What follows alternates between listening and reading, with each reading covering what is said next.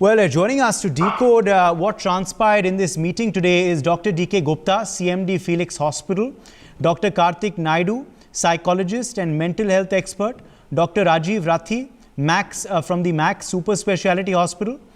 I'm also being told Brijesh Pandey will be joining us shortly, political editor of ITV Network. Let me try and... Now, is the situation quite concerning according to you, Dr. Gupta, particularly in Delhi, given the number of cases that have been rising and also the paucity of ICU beds? Yes, we already know that there will be surge or peak during this festive season. Despite knowing that the public did not take any precaution, they were very careless, and the government was also not very strict on implementing these rules for controlling the COVID disease on ground level. That's why we have this surge, and because of this surge, we are having like paucity of beds in ICU, even in non-COVID hospitals also there is a surge, and we don't have beds. I think to control that, this is the time right now to control the surge that is happening in Delhi and NCR by just promoting the number of beds, converting general ward into ICU beds, by equipping them with the oxygen, with the equipment like BiPAP, ventilators and high flow nasal oxygen. And we should ramp up the testing facilities also. We should do more focus on the RT-PCR test that is more reliable. We should also build capacity of our labs to the highest level so that we can do more tests in these labs. Also, we should take care of the home isolated patient, for monitoring of these patients, for their vital checking, for their tracking system, and whenever there is emergency, there should be system to pick up these patients and to admit in nearby hospital so that lives can be saved for these patients also. So I think we have to go for multifactorial approach to control the COVID-19 surge in Delhi and NCR, and to reduce the number of deaths and number of complications because of this surge in these Delhites and the NCR people. Okay. Point taken. Now, in terms of course, this race for the vaccine, Dr. Gupta, what is your sense? How soon or how far are we from a potential vaccine coming to India? And from what you are reading and you are hearing, which is likely to be the first vaccine which will reach the Indian shores? Great question. I think there are currently 5 vaccines. They are in phase 3 trial in India. And the first in the race is the Oxford AstraZeneca vaccine, that is in collaboration with Serum Institute of India. They are making manufacturing in India, and already they have made around 45 million doses in India. And they are in the process to get approval from DGCI.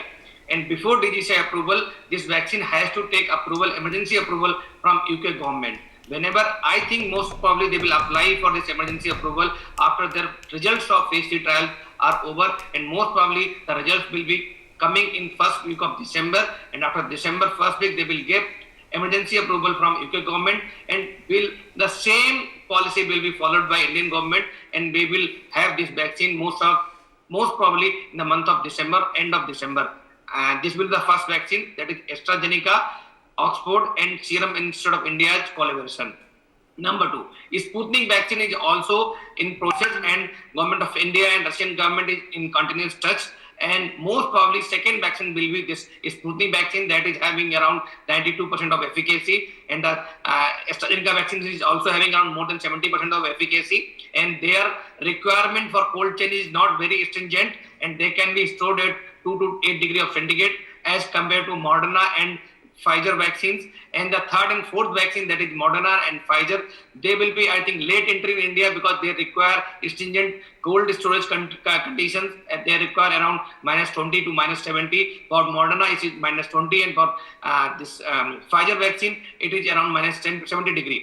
And they will be quite costly also as compared to these 2 vaccines. They will be late entry. Before their entry, I think Moderna and Pfizer, we will have indigenous vaccine that is developed by Pfizer, Bharat Biotech, and other is developed by developing in stage by Zydus. And most probably these 2 vaccine we will also having in March, April. So therefore, vaccine will start entering in the Indian market in month of January, and most probably PM of India will announce this in month of December. And this is good news, but despite this good news, this vaccine distribution and first dose, second dose, inoculation of vaccine, and the immunity development of the vaccine. There are 3 stages after vaccine. Like you will get licensing of vaccine. After that, there will be distribution of vaccine, and after distribution, there will be inoculation of vaccine. There will be second dose of vaccine also. So therefore, it is a long process for getting first phase of. A candidate will get immunity if they get vaccination in month of February. They will get full immunity after April or May only. So this means till May, June, even first recipient of vaccine, they have to be very precautious. And the limited doses we will have from these companies. Therefore, the distribution will take a lot of time. It will take 1 year to 2 years to cover 80 to 90% of this population of India. We have around 1.30 billion, means 130 135 CR human beings in India. Therefore, the coverage of this whole population will take time. It will take maybe 2 to 3 years. Therefore, vaccine will be preferably given to the healthcare workers, frontline warriors, and vulnerable populations, and after that, young adults and children. So there will be phases of vaccination also. I think so. Before this whole coverage, I think we will get herd immunity also, and maybe by April or May there will be herd immunity in most places of country like Delhi and Gujarat and Maharashtra. Epidemic is very high. The number of cases are very high. So therefore, I think we should take precautions. Dr. Gupta, what explains, the high number of fatalities in Delhi NCR region? For quite a few days now, we are seeing the number of deaths, rise to over 100. The number is over 100 now for 3 or 4 days running. There is a delay in the diagnosis, and if there is a delay in diagnosis, we have a less like drugs to use on these COVID patients. Because in first week, if we diagnose, then we are able to give antiviral drugs like remdesivir, Feviflu. And if we are diagnosing late, maybe after 10 days, 15 days, then the role and the efficacy of these drugs is not proven.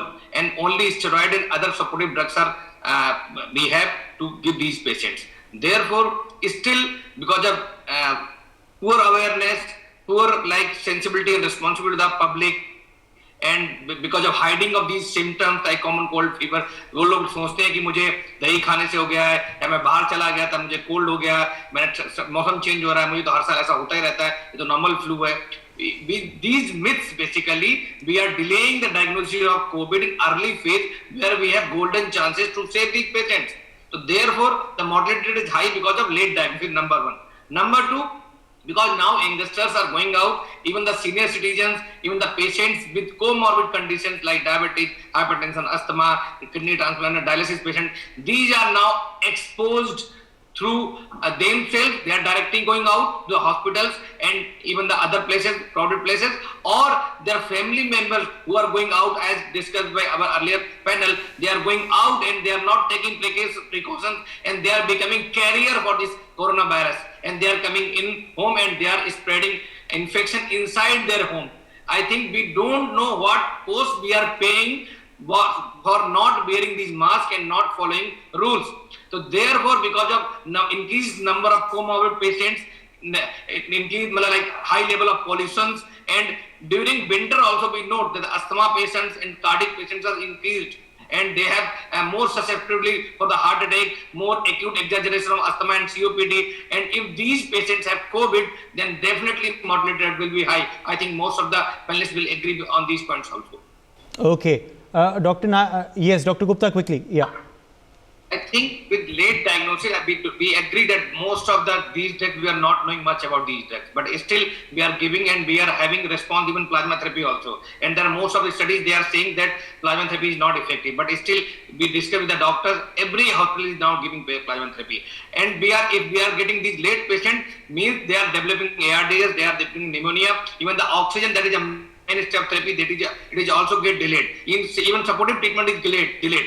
Therefore, early diagnosis is not for the main step therapy, also for the supportive treatment. And even they are also important not spreading the infection also. If they are diagnosed early, they will also curtail the rate of infection, rate of transmission also. That's my point.